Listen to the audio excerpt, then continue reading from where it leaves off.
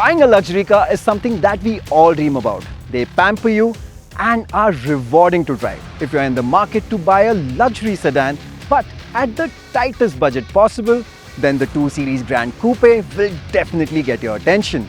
So, does the smallest BMW pamper you and reward you like a Bavarian should? Well, at least in terms of design, it feels anything but budget. When you drive up to a 5-star hotel, they'll definitely notice those sexy looking 18-inch rims. They'll also appreciate the swooping roofline. And when you open the door to step out, these frameless doors will definitely make a huge statement. What also makes this car stand out in profile is the size, or the lack of it.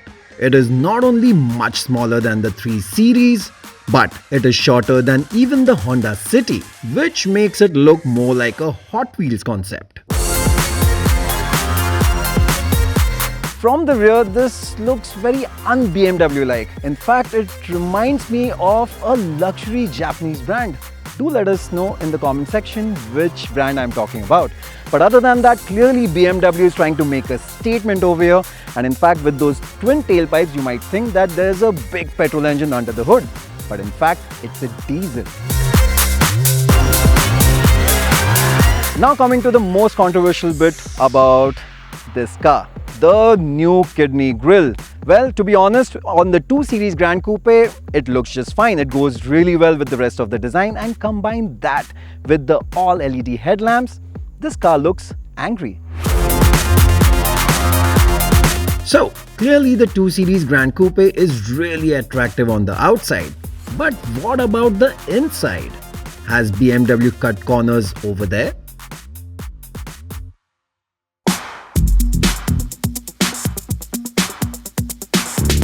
If I were to upgrade to a luxury brand and I looked at the 2 Series, I would be a little skeptical because it's the most budget friendly and the smallest BMW I can buy. But to my surprise, the interior quality is just next level. In fact, as compared to the 3 Series, it is at par. So we spent quite a bit of time inside this cabin trying to find budget bits, but we struggled.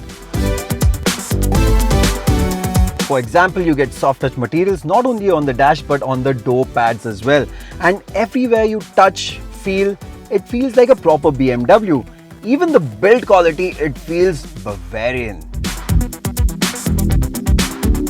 The 2 Series on the inside is like a boutique hotel, compact and cozy, and everything it has got is thoughtfully executed. For example, the instrumentation is clear, it's easy to read, and it also has vital information like navigation right under your nose. Now coming to the infotainment screen, sure, it's not the biggest screen around, but the iDrive system is crisp and is beautiful to use. You can use gesture control, and if you find that gimmicky, you also have physical controls through this knob and switches around the gear lever, which makes it really easy to use on the move. Then you also have touchscreen, and there's voice command as well, which can be used by any of the passengers in the car.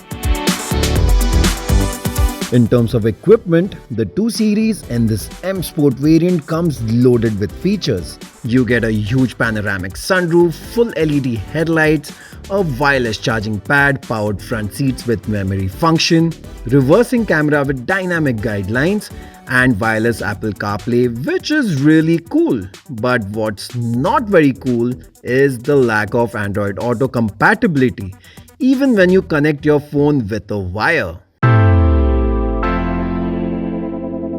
And apart from that, to give you a 5-star lounge experience, you also get ambient lighting that is beautifully woven inside these panels on the dash as well as the door pads. In the M Sport variant, both the front seats are powered. You also get adjustable seat base, and even the side bolsters are adjustable. So clearly, BMW is focusing a lot on the front seats. And you know why. I'm 6 foot tall and my head is brushing against the ceiling. I have just about enough knee room.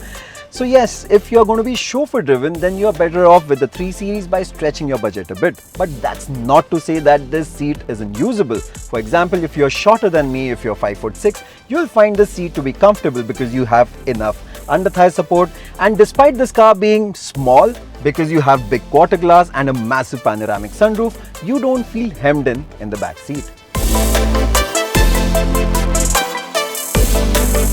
Coming to the luggage space, the boot at first seems a bit small and shallow, but the reason for that is the space saver, which is neatly tucked away under the floor, which generally isn't the case in most luxury cars.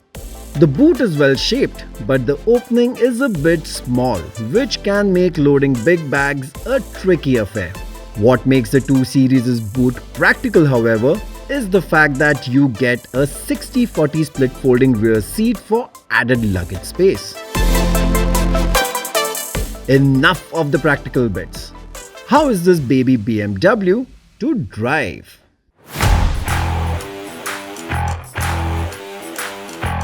So, does the 2 Series Gran Coupe pamper you once you're on the move? Well, for such a sporty looking BMW sedan, it feels surprisingly comfortable.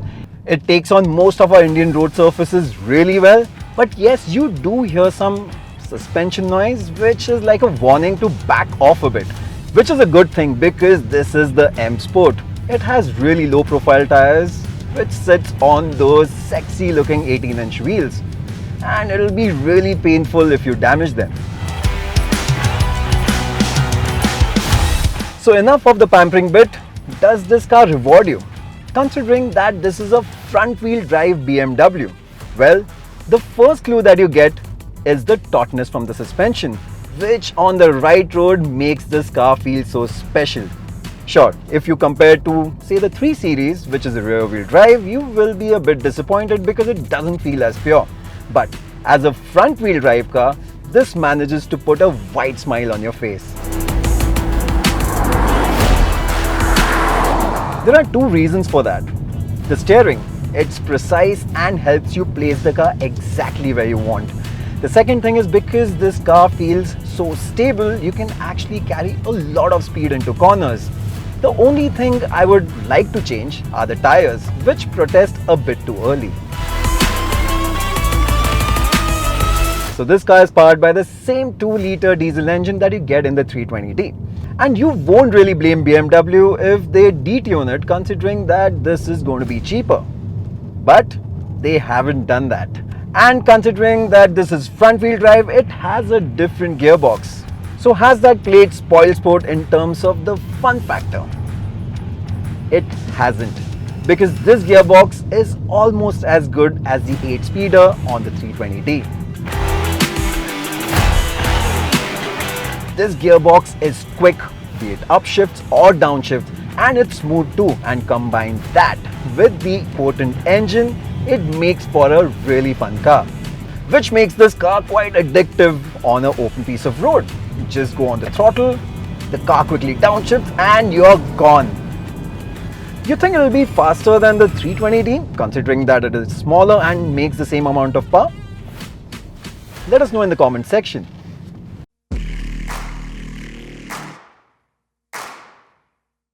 This engine and gearbox is not only good at going fast, when you tone it all down, it is surprisingly easy to drive. Thanks to the torque from the engine, you can keep up with traffic, and when you want to make a quick overtake, you just have to dab on the throttle and this car just goes. You also get 3 drive modes. You have Eco Pro, which helps you save on fuel efficiency by coasting when you go off the throttle, which you can switch off if you want some engine braking. Then you have Comfort, and then you have Sport. And even in that mode, this car never feels jerky or snappy. In fact, it is perfectly usable for everyday driving.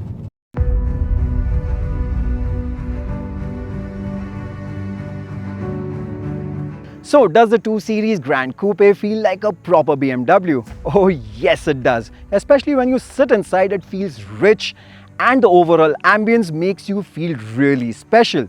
When it comes to everyday driving, it is easy to drive. And on the right road, it has the potential to put a wide smile on your face.